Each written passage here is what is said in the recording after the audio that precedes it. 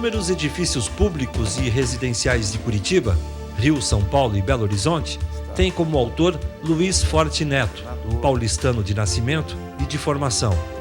Forte Neto ajudou na implantação do curso de Arquitetura e Urbanismo da Universidade Federal do Paraná em 1962. Antes da mudança para Curitiba, no início da década de 60, ele abriu seu primeiro escritório em São Paulo em 58. Antes das marcantes passagens na política paranaense, Forte Neto deu a sua contribuição ao rosto de Curitiba na construção de alguns prédios, como o do IP, na Inácio Lustosa, do Clube Curitibano e o prédio da Escola da Polícia Militar, no Guatupê. O arquiteto Forte Neto é o nosso entrevistado do programa Persona de hoje. Doutor Forte, muito obrigado por receber a gente. E eu gostaria de começar essa nossa conversa falando aí da sua formação. O senhor é um paulista formado em São Paulo, mas que vive há muitos anos em Curitiba. O senhor estudou na Mackenzie na década de 50, começou a fazer o curso de arquitetura em São Paulo. Exatamente, Brandão. Eu sou paulistano, na verdade, morei no Bexiga. Paulistano? Ah, paulistano mesmo, não paulista. Não, sou paulistano. Morava na capital, no bairro Bela Vista, que sempre foi conhecido como o bairro do Bexiga. Uhum. E cresci lá no Bexiga e me formei, fiz o curso na Universidade Mackenzie, curso de Arquitetura e Urbanismo, de 54 a 58. Me formei no final de 58.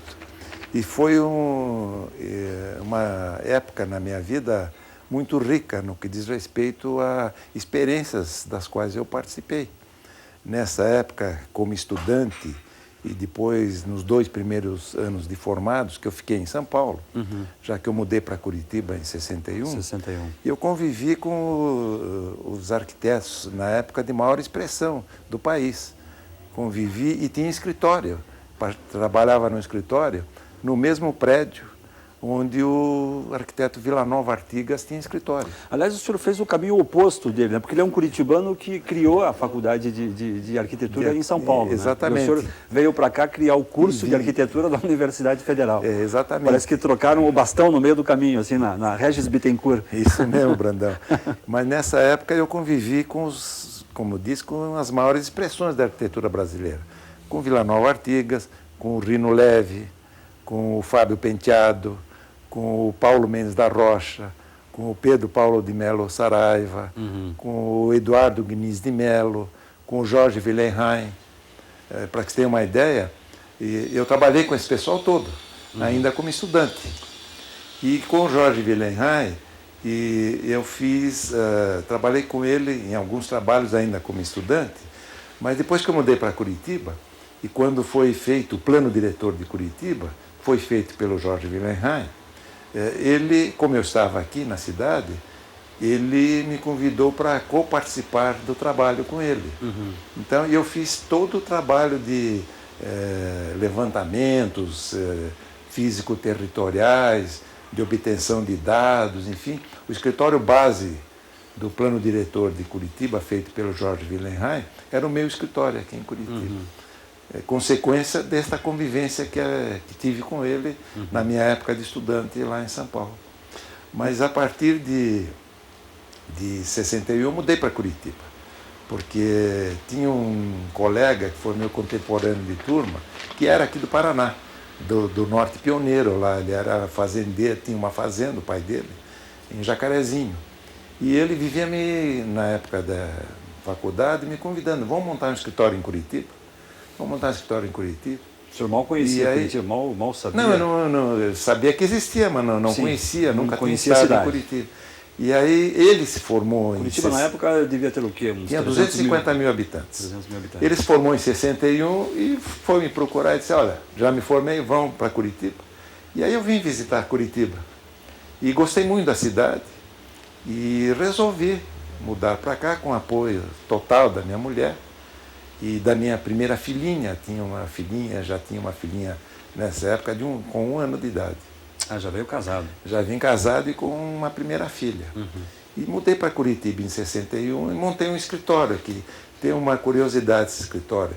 Como o Francisco Moreira, o Chico Moreira, que era esse meu colega, nós tínhamos que começar pequenos, né? Nós alugamos uma sala e metade da qual era um escritório de arquitetura do Chico Moreira e meu, e a outra metade era um escritório de advocacia do Joaquim dos Santos Filho, um mano, que também era companheiro do Chico Moreira lá em Jacarezinho. Então nós convivemos conjuntamente durante um ano e meio. Metade da sala era um escritório de arquitetura, a outra metade era o escritório do Joaquim, era um escritório de advocacia. Agora, o trabalho do Plano Piloto de Brasília foi ainda em São Paulo. Foi em São Paulo e eu ainda, como estudante, participei de uma equipe que tinha como arquiteto o Pedro Paulo de Melo Saraiva. E nós fizemos um projeto e eu participei, colaborei com o projeto, que foi apresentado no concurso do Plano Diretor de Brasília, que foi depois vencido pelo arquiteto Lúcio Costa. E que, na verdade, quando se analisa todos os trabalhos que foram apresentados, se conclui que a melhor proposta realmente era a do Lúcio Costa, que é a cidade de Brasília que hoje existe, que foi projetada na época para 500 mil habitantes, era uma cidade projetada para 500 mil habitantes, para ser a sede do governo do país. Mas que hoje, no entanto, veja como são as coisas no Brasil, hoje já possui uma população fora do lago de Brasília de mais de 2 milhões de pessoas. Então hoje Brasília, que foi projetada para 500 mil habitantes, possui cerca de 2 milhões de E na habitantes. época não era possível se prever esse tipo de Não era coisa. possível Aliás, uma de se característica prever das principais cidades. Né? Exatamente, o crescimento que o país teria e o crescimento que possível aquela prever região isso. teria, não era possível se prever. Mas esse foi um trabalho que eu realizei enquanto estudante, além de outros trabalhos com esses arquitetos de renome nacional e internacional.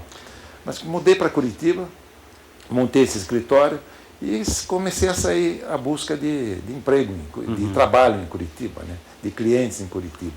E aí se realizou um concurso para se obter o projeto do Clube de Campo Santa Mônica.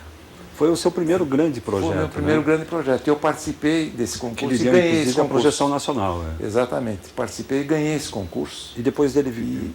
E a obra começou a ser construída e o presidente do clube era o Jofre Cabral de Melo e Silva. Não é? De Melo e Silva, se não me engano. Jofre Cabral e Silva. isso. Que também passou a ser presidente do Atlético, do Clube Atlético Paranaense.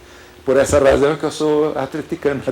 Que, por sinal, se não me engano, morreu durante uma partida. Ele morreu durante uma partida, durante um jogo do Atlético lá em Londrina. Isso. Um jogo lá, eu estava lá em Londrina, ele morreu. Mas o Jofre, quem conheceu o Jofre, sabe que ele era um homem extremamente expansivo, extremamente social. Então, como eu estava fazendo o projeto do clube que ele era presidente, eu passei a ser para ele, né? E é o que ele dizia para todo mundo, o maior arquiteto do país. E isso, vamos dizer, acabou funcionando como marketing para o crescimento da minha carreira profissional. Porque, na sequência, eu consegui clientes muito importantes. Acabei fazendo a sede do Clube Curitibano, acabei fazendo o ginásio do Círculo Militar do Paraná, acabei fazendo... Academia Policial Militar. Academia Policial Militar, que era uma obra do governo, o governo me chamou para fazer academia. E acabei fazendo algumas residências que eu considero muito importantes em Curitiba, sob o ponto de vista de arquitetura. A casa do Guido Weber, em Curitiba, que é uma casa muito importante, e a casa das pedras, lá em Caiobá, na Praia Mansa, aquela casa que existe em cima das pedras, que também é do Guido Weber, que é uma casa, eu acho que tem uma situação única com relação à paisagem e que procura não ofender a paisagem, inclusive. Então, vamos dizer, isso acabou criando a possibilidade de uma atividade profissional muito grande. E eu também, vamos dizer, em busca de novos projetos, eu passei a participar de concursos nacionais para projetos de arquitetura. Ganhou quantos? Por uma felicidade aí, eu ganhei vários concursos e fui premiado quando eu não ganhei. Petrobras, por exemplo, é seu? Da Petrobras, a sede da Petrobras, que eu ganhei o concurso juntamente com uma equipe no Rio de Janeiro, que na época era o maior prédio de escritórios da América do Sul. É uma obra trabalho importante também em Goiânia. Tem 150 mil metros quadrados. ganhei um concurso para a construção do monumento alusivo à Fundação de Goiânia, que, aliás, tem uma história muito interessante desse concurso. Esse concurso eu ganhei exatamente na véspera da Revolução de 64. E eu fui a Goiânia e recebi o cheque de premiação do concurso. E, em vez de depositar o cheque no banco lá, eu trouxe o cheque para Curitiba para depositar no banco em Curitiba. Naquele dia, o governador de Goiás foi cassado. E eu não consegui depositar e receber o cheque. Até hoje eu tenho um cheque guardado daquele prêmio que eu ganhei lá. E por conta desse período aí, era um período de efervescência política, cultural no país. Como é que foi isso para um arquiteto? Foi um período no qual eu tive que tomar muito cuidado, porque eu sempre tive uma tendência de esquerda, né? Sempre tive uma tendência voltada para os pobres, para a política não liberal, para a política mais voltada para o socialismo. Então eu tive que tomar um cuidado, vamos dizer, bastante grande nessa época aí, para não incorrer em nenhum ato aí que pudesse me colocar aí contra a administração militar que existia na época. Mas foi um período que eu nem gosto muito de lembrar, porque foi um período terrível para o nosso voltando país. Um pouco aí no tempo, pegando esse seu período aí de estudante, um pouco mais para frente, de 58, enquanto o senhor estava saindo da faculdade e entrando na vida profissional, como eram as formas de Niemeyer na cabeça de um estudante de arquitetura? Bom, até a execução de Brasília, Niemeyer era conhecido por algumas obras muito boas, muito importantes, como lá em Minas Gerais, a Pampulha, o projeto da Pampulha, que todos devem ter visto nessa vida do Juscelino, que passou na televisão, e era conhecido pelo Parque Ibirapuera, que também é um projeto de Oscar Niemeyer e de outros arquitetos. Mas a partir de Brasília é que ele começou a fazer obras, vamos dizer, importantíssimas e que ficaram conhecidas no mundo inteiro. Como todas as principais obras de Brasília, foi o Oscar Niemeyer que projetou. O Palácio de Brasília, da Justiça, do Despacho, enfim, uma série enorme de obras em Brasília. E ele era considerado pelo grupo mais de vanguarda da arquitetura brasileira como um dos seus expoentes, e passou a ser considerado como um expoente da arquitetura mundial, a partir dessas obras da Pampulha, do Ibirapuera e das obras todas que ele fez em Brasília. E passou a ser convidado a realizar obras no mundo inteiro.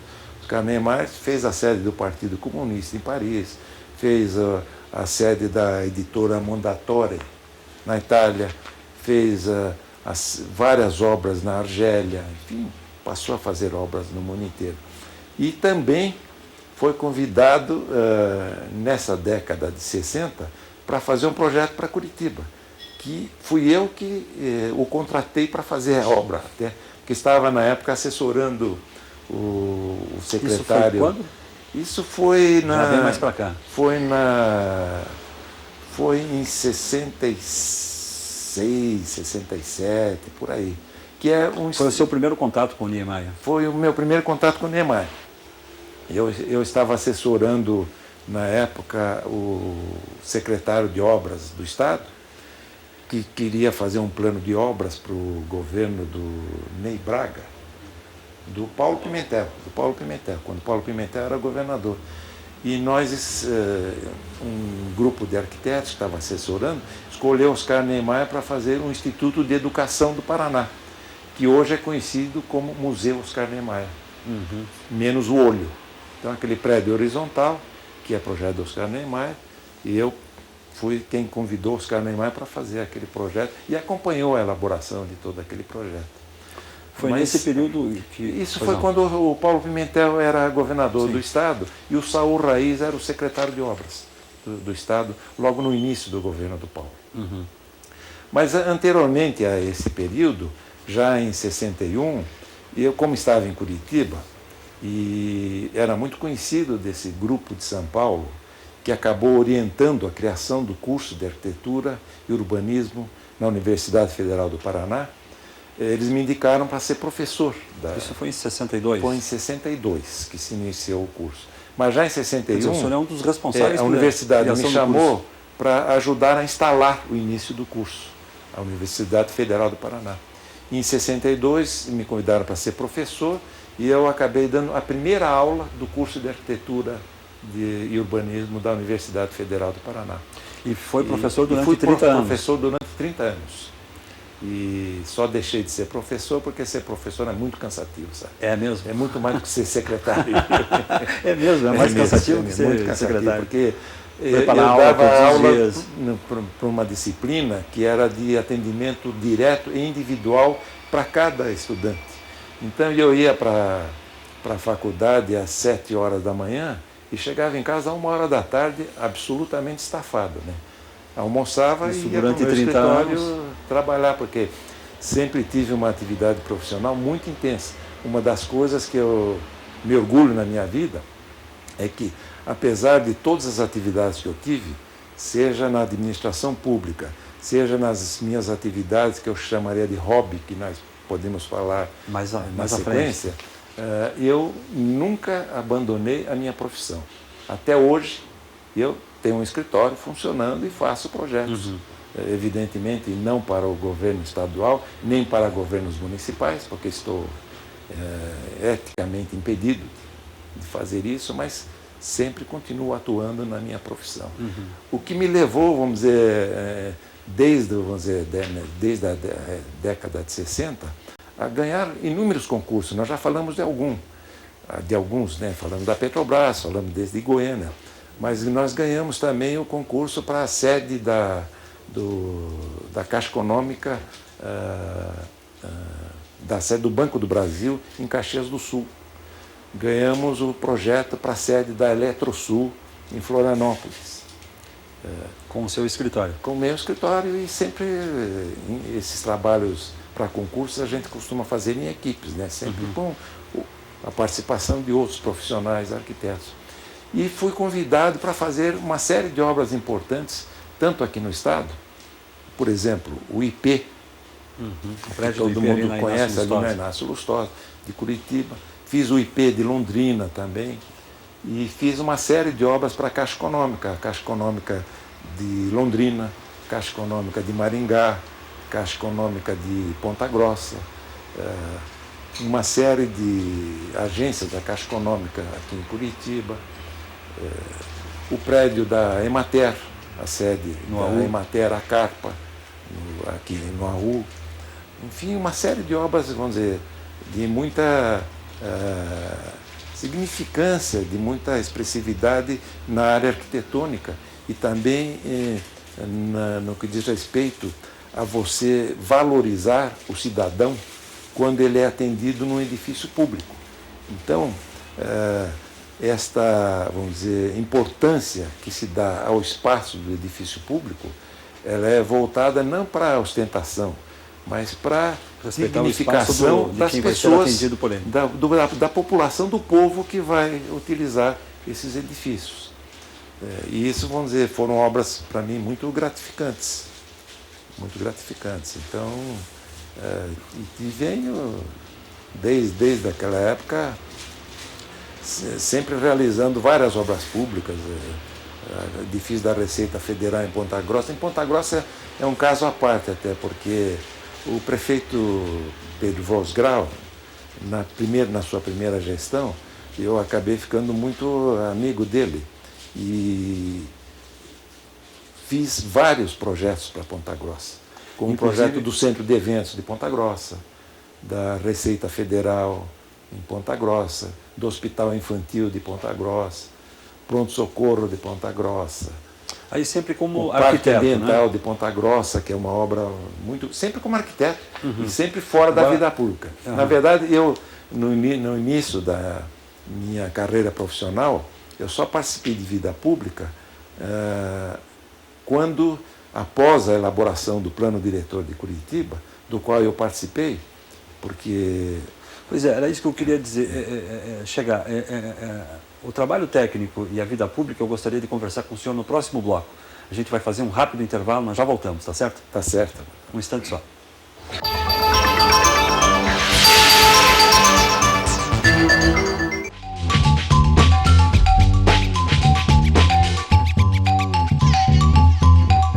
Pitadas de artes plásticas e de arquitetura. Doses generosas de dança e de teatro. Acrescente porções de música, de literatura, de cinema. E tempere com as últimas novidades do universo cultural da UFPR e de Curitiba. O resultado está no caldo de cultura. Saboreie programas inéditos aqui na UFPR TV.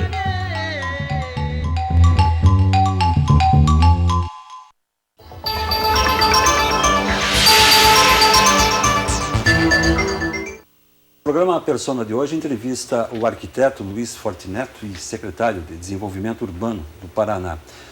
No primeiro bloco falamos muito sobre a sua vida como arquiteto. E na vida pública, como é que é o arquiteto? Como é dividir as funções de arquiteto, o trabalho técnico e o trabalho na vida pública? Na verdade você falou em divisão e eu, como sou um indivíduo cartesiano, acho que poderia dividir a minha vida em 4 grandes Não atividades. só em 2, como em 4? Em 4 grandes atividades. A primeira delas que diz respeito à minha vida ligada à universidade. Além de ter sido professor, ter iniciado o curso de Arquitetura e Urbanismo da Universidade Federal do Paraná, e eu também, há 30 anos atrás, juntamente com o arquiteto Marcos Prado, organizamos o curso de arquitetura da Universidade Católica do Paraná. Todos os programas, todas as emendas, contratamos todos os professores ano a ano e durante 5 anos instalamos o curso de arquitetura e urbanismo da Universidade Católica do Paraná, sem nunca ter dado nenhuma aula lá na Universidade Católica. Então esta foi, vamos dizer, a minha vida universitária. Uma segunda atividade é a minha vida profissional, que eu também subdividiria em 2 caminhos que corriam paralelos, mas com abrangências diferentes. Primeiro, que diz respeito a projetos de arquitetura. Esses concursos que eu já falei, e um número enorme de obras que já projetei. E um segundo, que diz respeito a planejamento urbano e regional. Planejamento urbano, planos diretores de várias cidades, a iniciar da minha participação no plano diretor de Curitiba, o plano diretor de Ponta Grossa, Guaíra, Foz do Iguaçu, Cascavel, enfim, vários planos aqui no estado do Paraná, Campo Largo. E também fiz um trabalho muito grande de planejamento no Rio Grande do Norte. Planejei a região metropolitana da Grande Natal e fiz um projeto que hoje é chamado de Via Costeira de Natal, que é um projeto de uma via turística, que hoje já está todo implantado, e quem vai para Natal, obrigatoriamente, acaba se hospedando num dos hotéis que existem nessa via costeira. E também nesta área, vamos dizer, de planejamento, participei de 3 trabalhos que eu considero de fundamental importância, que são o primeiro plano voltado à organização do litoral paranaense, foi feito em 66. Posteriormente, o primeiro plano de desenvolvimento urbano do estado do Paraná para estabelecer todas as diretrizes de desenvolvimento das cidades do estado do Paraná. E, posteriormente, a organização da nova legislação de uso do solo de todo o nosso litoral, que foi realizada no governo do Richa, quando o Belmiro Valverde era o secretário, que realizei em conjunto com um grupo da administração pública e eu da iniciativa privada, e que estabeleceu todas as regras e legislação que existem até hoje, organizando todo o desenvolvimento do nosso litoral. Esse foi o meu segundo caminho, a minha atividade profissional. Tem um terceiro caminho, que é a minha atividade como voluntário. A minha mulher e eu somos voluntários na Associação de Proteção à Infância Raul Carneiro há 40 anos. Minha mulher como presidente, Dona Eti, e eu como secretário dessa associação, que mantém e é proprietária do Hospital Pequeno Príncipe e Hospital César Perneta, e que também instalou recentemente o Instituto de Ensino Superior Pequeno Príncipe, que já tem 2 cursos de nível universitário, de enfermagem e de biomedicina, e que proximamente deverá chegar à instalação de um curso de medicina.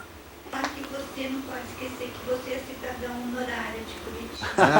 Ela está me É só a lembrando esposa que, para lembrar disso. Por esta nossa atuação junto a esta associação, a minha mulher e eu recebemos o título de cidadãos honorários do Paraná. Do Paraná. Ó, a correção, que foi concedido por unanimidade pela Assembleia Legislativa do Estado, quando o deputado Aníbal Cury era presidente da Assembleia há cerca de 20 anos atrás, alguma coisa assim. E a minha 4ª atividade principal é a que diz respeito à minha atuação na política. Uhum. Pois é, essa sua história na vida pública, que é a política, começou quando? Na verdade, ela começou lá atrás com Paulo Pimentel, em 67. Quando secretário ou como governador? O Paulo Pimentel como governador do estado do Paraná, que designou, naquela época, o prefeito de Curitiba era nomeado. Uhum. Nomeou o prefeito de Curitiba, o prefeito Omar Sabag. E me convidou a ser o presidente do IPUC. Eu fui o 2º presidente do IPUC, o Instituto de Pesquisa e Planejamento Urbano de Curitiba. Cargo que eu ocupei durante 2 anos e durante o qual nós organizamos uma série de projetos. Por exemplo, a primeira diretriz para ônibus em canaleta exclusiva, o sistema de parques. O famoso biarticulado hoje. Que hoje é que passou a ser chamado durante que muito ainda tempo corre expresso, na via exclusiva, do ônibus expresso na via exclusiva. O primeiro plano dos parques municipais para Curitiba, enfim, uma série de projetos na época muito significativos, que foram todos implantados posteriormente. Uhum. Depois me afastei do IPUC em 69 e passei a atuar apenas na vida privada, eventualmente exercendo alguma colaboração quando o governo me chamava, como foi o caso desses planos da primeira política de desenvolvimento urbano do Estado, a organização da legislação do litoral, posteriormente, vamos dizer, eu sempre fui muito amigo de Roberto Requião. Uhum. Quando ele foi candidato a prefeito de Curitiba, e eu ajudei na campanha dele. Mas antes disso, o senhor trabalhou com Parigô de Souza, Álvaro Dias, José Richa? Eu trabalhei praticamente com todos os governadores do Estado, sempre, ou quase sempre, com a interferência do Belmiro Castor. Valverde, que é um grande amigo meu, e nós fizemos alguns trabalhos juntos. Em parceria mesmo. Ele como secretário, na maioria das vezes, e eu como da iniciativa privada, mas que ele me chamava para participar desses trabalhos de planejamento. Dá para eleger nesse período aí de 72 para cá um trabalho que tenha marcado? Eu acho que a primeira política de desenvolvimento urbano do Estado e a organização da legislação do litoral.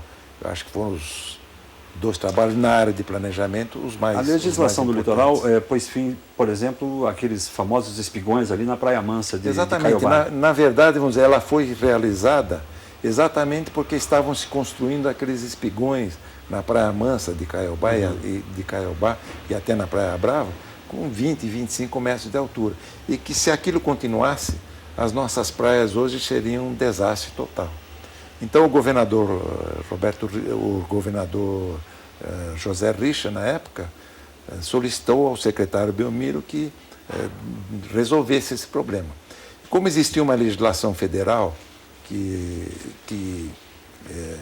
estabelecia a forma de atuação para estados e municípios nas áreas de interesse turístico, dando dando autoridade ao Estado para legislar sobre as áreas municipais que fosse de interesse turístico, foi realizado então um estudo e, através de um decreto do governador Richa, se estabeleceu a legislação, o decreto 2722 até, estabeleceu a legislação de uso do solo para todo o litoral paranaense, que prevalece até hoje, que está em vigor até hoje e que foi, no meu ponto de vista, a legislação que acabou salvando o nosso litoral de uma ocupação irresponsável como vinha ocorrendo naquela época. Considero esses, na área de planejamento, naquela fase, os 2 trabalhos mais importantes.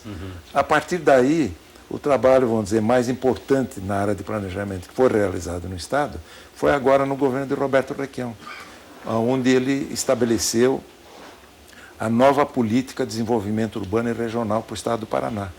Trabalho que eu atuei como coordenador técnico em 2003 agora.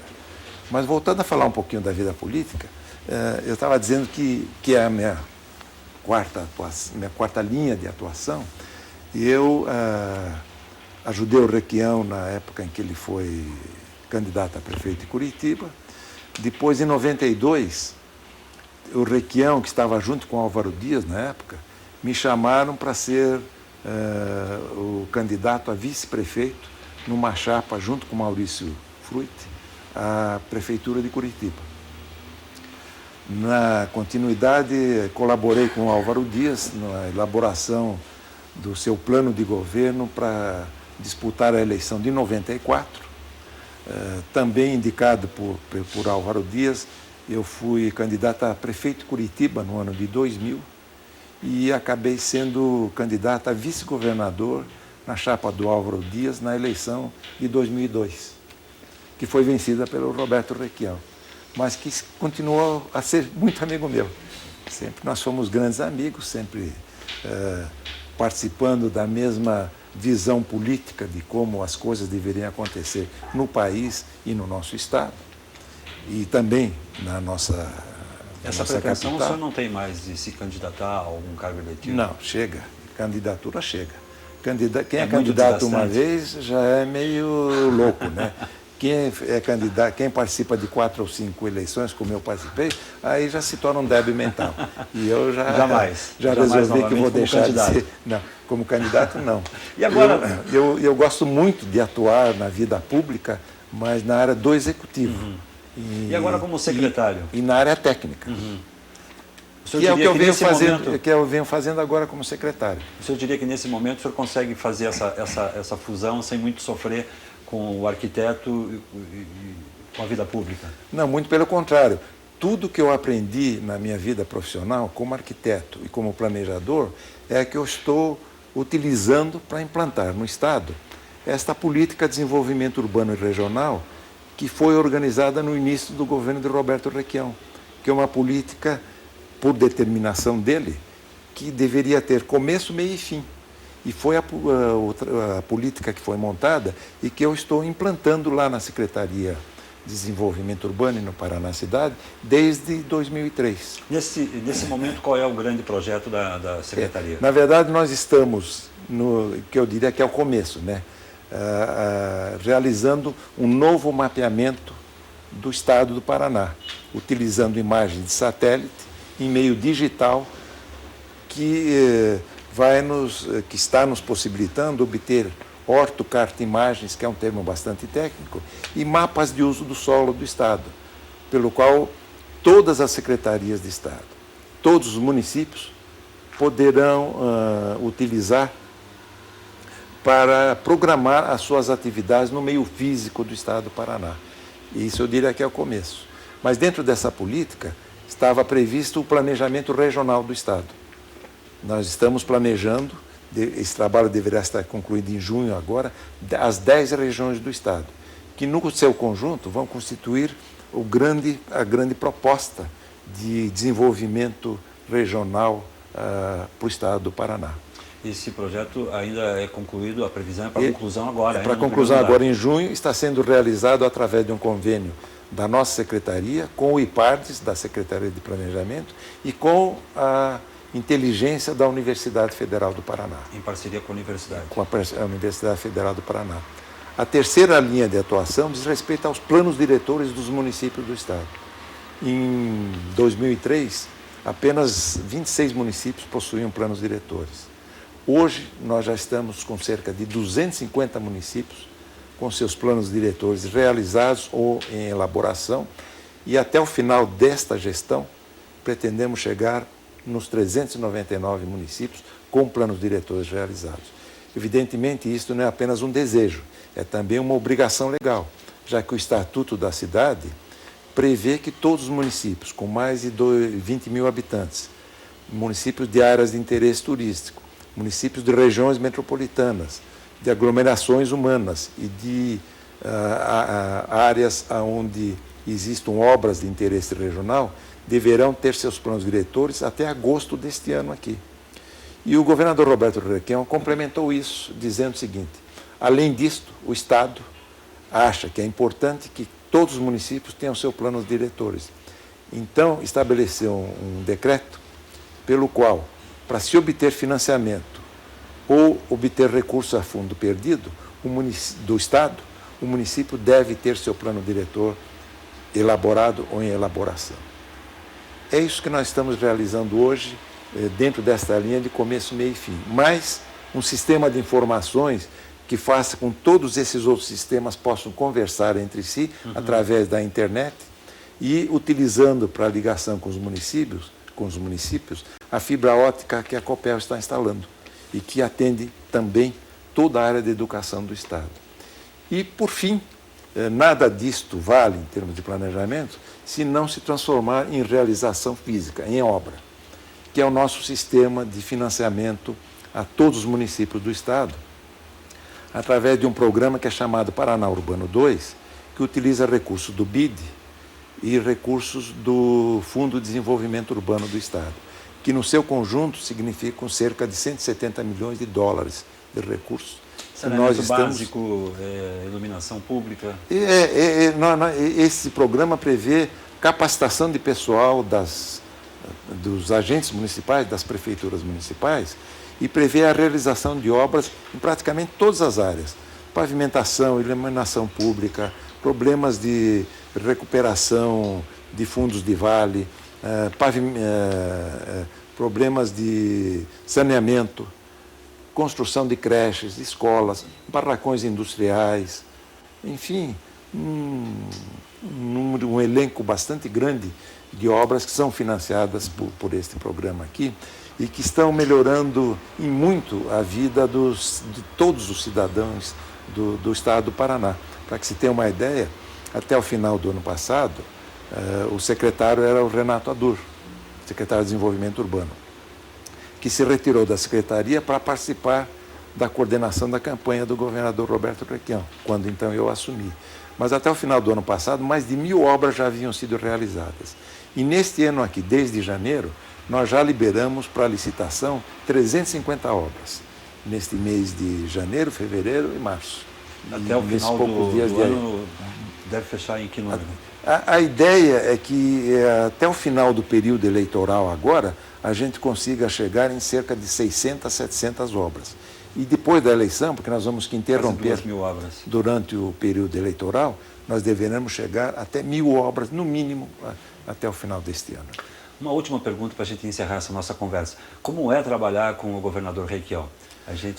A imagem que ele vem daquela pessoa austera, ele funciona 24 horas por dia, assim todos devem acompanhá-lo?